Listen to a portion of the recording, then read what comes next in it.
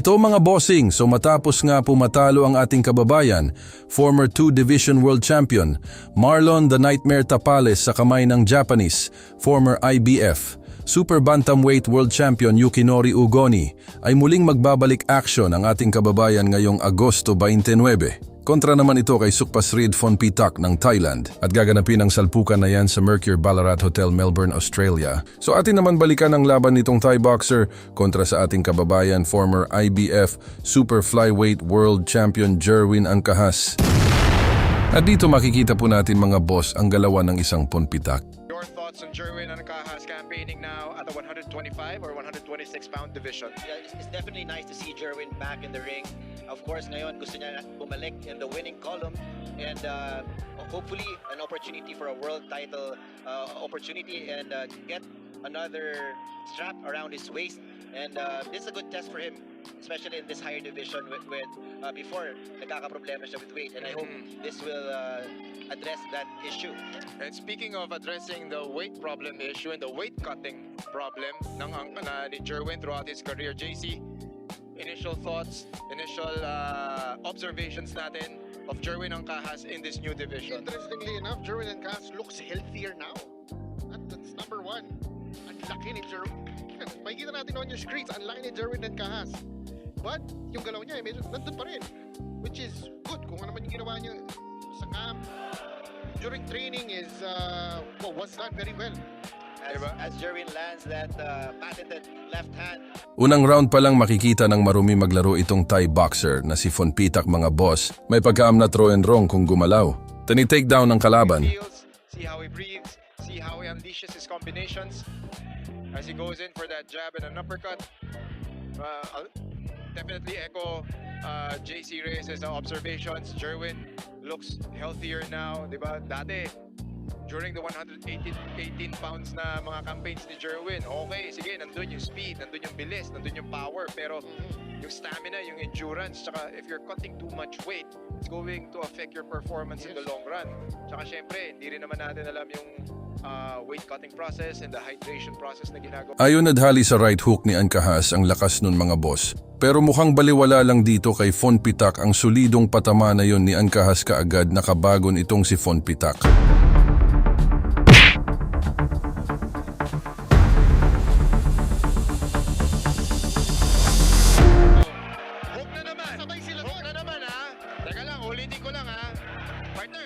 Hook na naman yung nakita natin, ha? Walk us through that, John. Jerwin was very patient, waiting for that perfect opportunity to land that right hook. And nakita natin, he was very calm, very collected. And he's been here before. This is not new to Jerwin. He's been under the bright lights.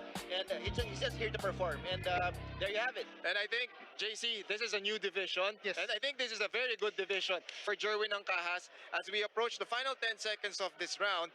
As Mas he komportable siya in ends, this division. oh, as he ends this round in an emphatic fashion. Okay, both fighters go back to their corners. Dapat gawin ni Sukpasrid Phonpitak as we watch that beautiful right hook by Jerwin Angkahas. Replay. Tinamaan din si Jerwin. Huwag siya masyado dumigil Jerwin. That's a problem right there. Oo. Phonpitak landed a jab. But Kinain ni Jerwin eh. that's fine. Ang kapalit mo naman is the right hook. Yes. Na bumagsak, di ba? That's right.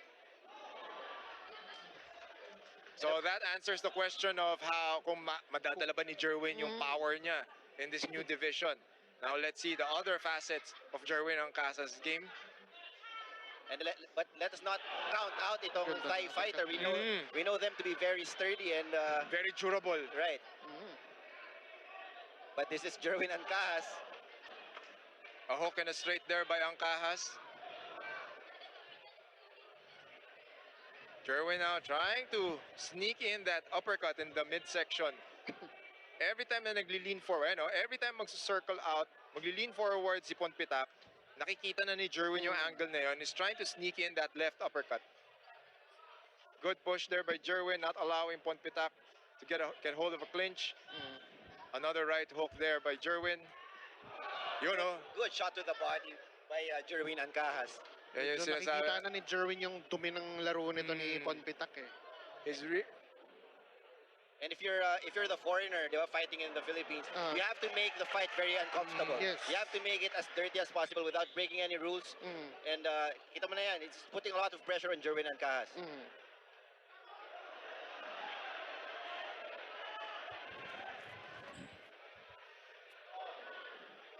Uppercut to the body there by Jerwin. Oh. Is that a...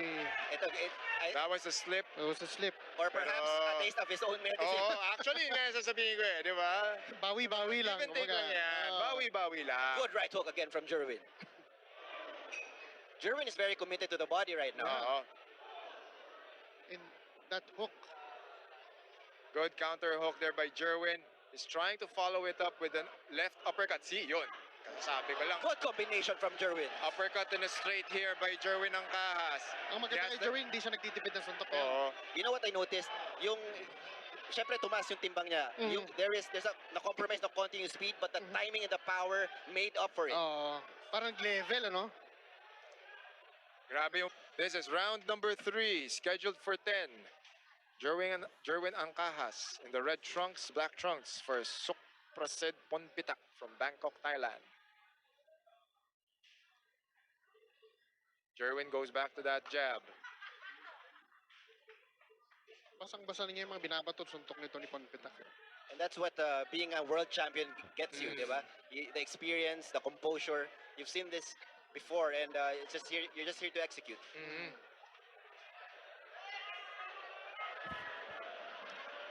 Medyo great job here by the referee, recognizing what Ponpitak was trying to do within that clinch situation.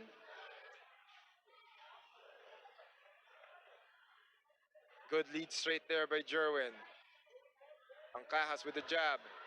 Ponpitak works the body, ends with a hook to the face. And Ponpitak Ancahas playing answers for back with a something, body ano shot of his own.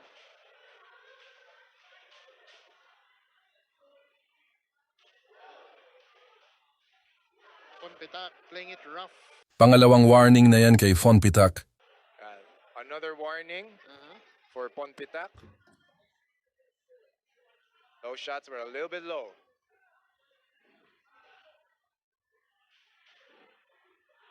Ganda ng mga uppercut. More right ni hooks Jerwin. from Ancahas.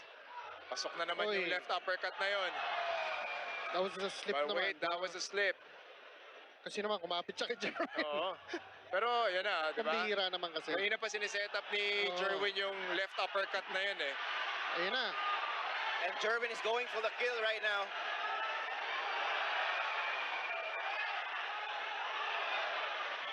Smelling blood. Oo. Babato siya ng hook straight. Then, the Same next time he's gonna throw that right hook. He's gonna follow it up with an uppercut ngayon. Kasi, ang tendency ni Ponpitak is to lean forward. So, nakaangat yung baba niya nun. Left uppercut again from Ancahas.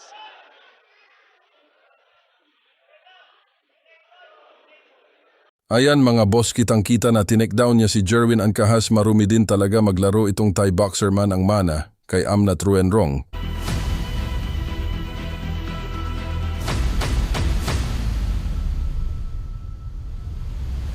So dito binawasan na ng puntos itong Thai boxer na si Ponpitak. Warning ulit yan. That deserves a stern warning from the referee. If not deduction. Oh, if he does it again, okay, Ayan na. point deduction na. He deserves Good that. call by the referee. Because this is the second or third time that parang Ponpitak third did na. the same thing. Shows he's getting really frustrated dito sa ginagawa sa kanya ni Jerwin Ancahas. Final 10 seconds of this round.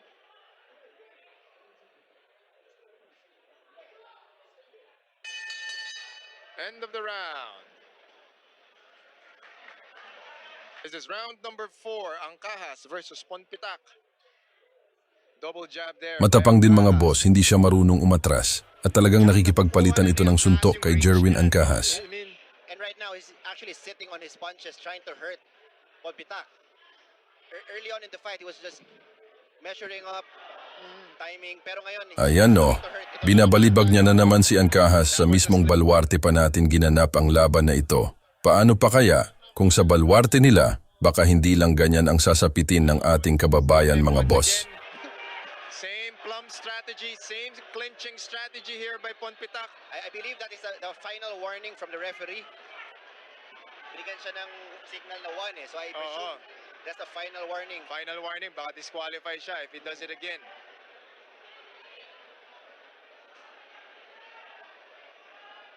Mukhang ex-Muay Thai fighter to. Oh my. Baka nga Muay Thai fighter pa rin hanggang ngayon. Good left hand from Blanca. Fighter pa rin hanggang ngayon. Good left hand from Ayun na. He wobbled Ponpitak. Ang kahas, wobbled Ponpitak with that left hand. We now understand Ano? better kung bakit Oo. ganun si Ponpitak. He's very, very frustrated. Good left hand from Angahas. Good left hand from Angahas. As Ponpitak stumbles back and Angahas. That left hand is finding its target. Mhm. And just like what JC said, the frustration keeps building up for Ponpitak. Aha. Jerwin is just allowing him to throw punches. Wala, sobrang Pero wala gigil. na. Sobrang gigil ni Ponpitak. And he's Oo. trying to load up on all of his shots. Very loose is ang kahas. It's just a matter of time. Jerwin is going for that one big shot. Uulitin niya yung ginawa niya kanina. And Ponpitak will go down again. We don't want to see this end in a disqualification. Oo. Siyempre, as much as possible, Oo. you want the fighters to do their Yeah. thing.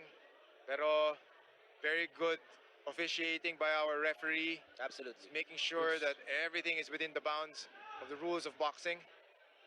Very good left uppercut once again by Angahas. Good shot. shot. Good counter left. Pasok na naman yung right hook na yon. I think it's just a matter of time before Jerwin gives us that highlight knockout. 40 seconds left in the 4th round. This fight shows to be a very good confidence builder for Jerwin and Cass dito sa bago niyang division.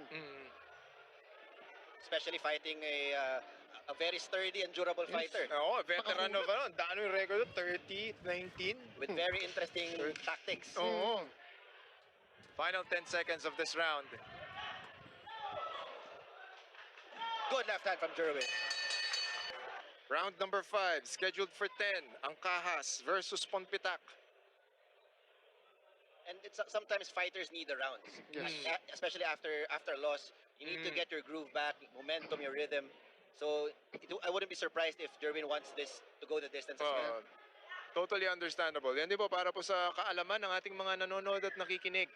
Diba, coming from a TKO defeat, syempre, as a fighter, it affects you physically, emotionally, mentally. And the best way to deal with that is to get a win. And for you to get a win, you have to go back to the gym, you have to go back to training, you have to get yourself back in the ring. And at least ngayon, medyo may konting antics yung dalawang boksingero natin. But going back to my point, the best way to deal with a tough loss is to get back in the ring. And at least ngayon, nakikita natin, Jerwin is campaigning in a new division. And we're seeing the results of that. So halfway mark, still looks fresh. The snap of his punches are there. Siyempre, nakita na natin kanina, naka-knockdown. So yung power, Ayan na naman itong si Ponpitak, kinapitan niya na naman si Angahas. the motions. And mukhang ito na naman tayo. Ang Ito na hirap. naman po Medyo, tayo.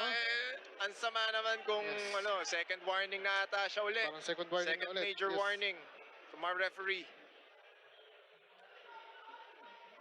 Dadagdag ko lang sa sinabi mo kanina, what people have to understand is hindi parating KO ang habol ng mga fighters. Tama, Yung tama.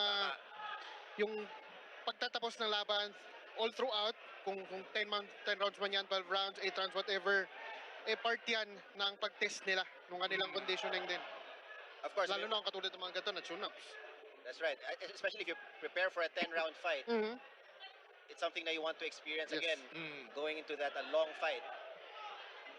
Kasi while going up a weight class and introducing yourself via KO is nice, syempre, mas gusto mo, itetest mo yung sarili mo in that new division.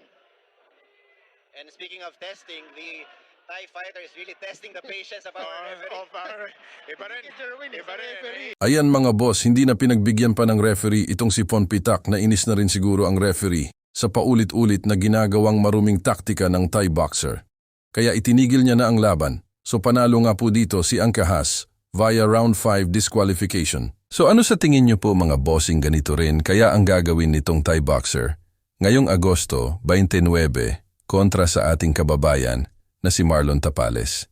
Bagamat marami nga po ang naniniwala na kayang-kaya daw ng ating kababayan na si Tapales itong si Ponpitak, may kartada itong 32 wins 23 KOs, may 26 na talo. Habang may kartada naman si Tapales na 41 wins 22 KOs, may 5 talo.